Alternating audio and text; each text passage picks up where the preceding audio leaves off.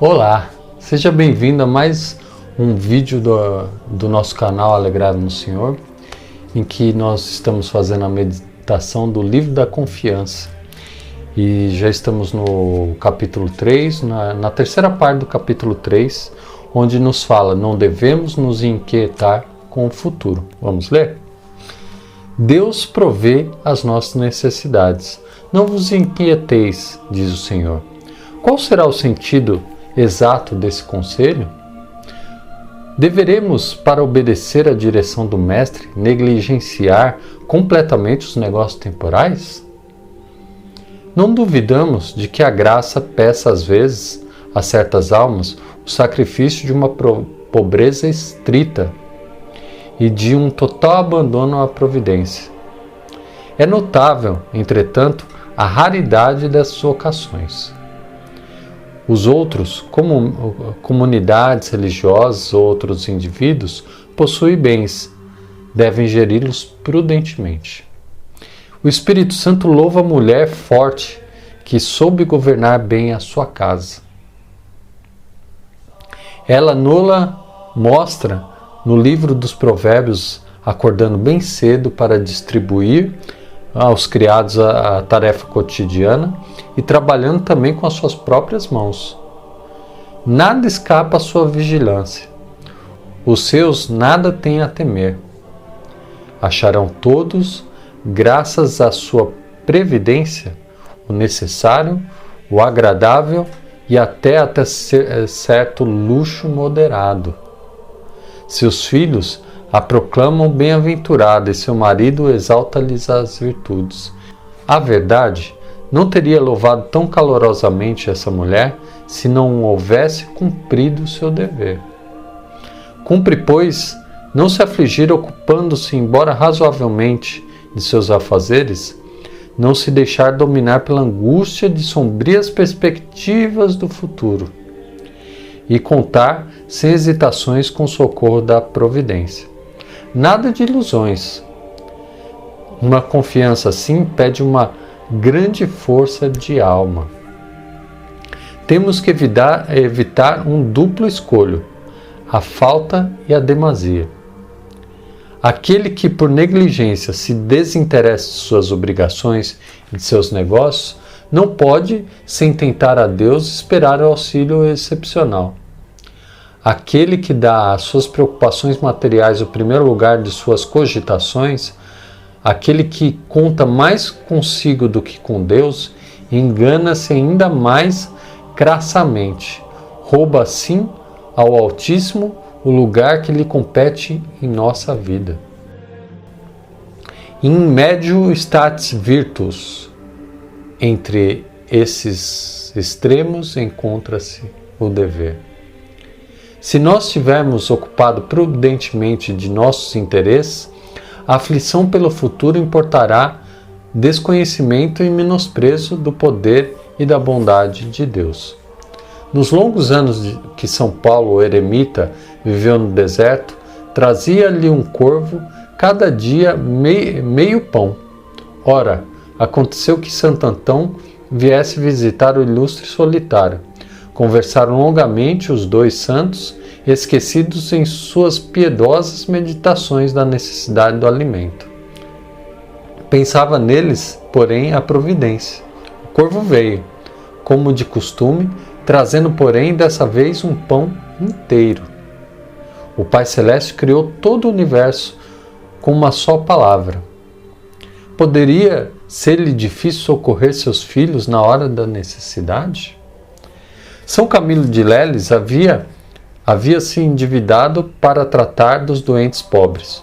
Os religiosos se alarmavam. Para que duvidar da providência? Tranquilizava-os o santo.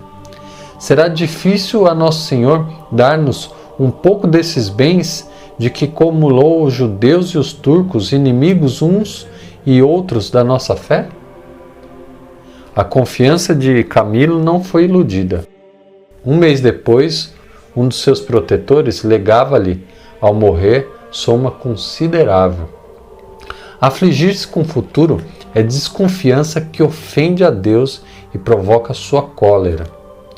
Quando os hebreus, fugindo do Egito, se viram perdidos nas areias do deserto, esqueceram-se dos milagres que Javé havia feito em seu favor. Tiveram medo, murmuraram: Deus nos poderá sustentar no deserto? Poderá dar pão ao seu povo? Essas palavras irritaram o Senhor. Contra eles lançou o fogo do céu. A sua cólera caiu sobre Israel, porque não tinham tido fé em Deus e não tinham confiado no seu socorro. Nada de aflições inúteis. O Pai vela por nós. É maravilhoso esse livrinho. A gente vê no início desse texto aqui da parte 3, do capítulo 3, em que começa com uma afirmação, com uma ordem e um questionamento. A afirmação é: Deus provê as nossas necessidades. Isso é um fato. A gente já viu nos duas últimas partes desse capítulo. O que a gente vê também é a ordem que Deus nos dá: não vos inquieteis. E vem um questionamento: deveremos negligenciar completamente os negócios temporais? Óbvio que não, né? A gente precisa estar num equilíbrio, como diz aqui no livro.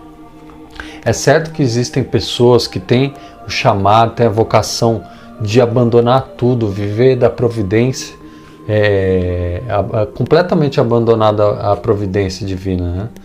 Mas essas vocações, como diz o livro, são raras, né? A gente viu o exemplo há alguns dias atrás na meditação de São Francisco, né? Que largou tudo, até a roupa ele despiu. Mas Deus nos chama a administrar prudentemente os nossos bens, tudo aquilo que a gente tem. O texto também mostra lá nos Provérbios daquela mulher dona de casa que administra bem a casa e é admirada pelos filhos, pelo marido, né? E se ela não administrasse tudo direitinho, se ela não fizesse aquilo que compete a ela, será que ela seria tão louvada assim? Se ela não fizesse seus deveres? Então a gente precisa ter esse discernimento. É que nem a gente viu na meditação de alguns dias. A gente tem que fazer tudo como se dependesse de nós e confiar, sabendo que tudo depende de Deus, né? O autor previne a gente evitar esses dois extremos, ou da falta ou da demasia. Ou a gente falta com interesse completamente nos nossos deveres, ou a gente fica tão focado nos deveres que não abre espaço para a providência divina. A gente deve cumprir os nossos deveres sem ficar nos focando no futuro, o que vai acontecer, e nunca estar desinteressado no hoje, no agora, nos nossos deveres. Como diz aqui no livro, né? In medio stat virtus, entre esses extremos encontra-se o dever. Essa virtude da confiança também se encontra nesses dois extremos, né? Aqui no livro também fala: afligir-se com o futuro é desconfiança que ofende a Deus e provoca sua cólera.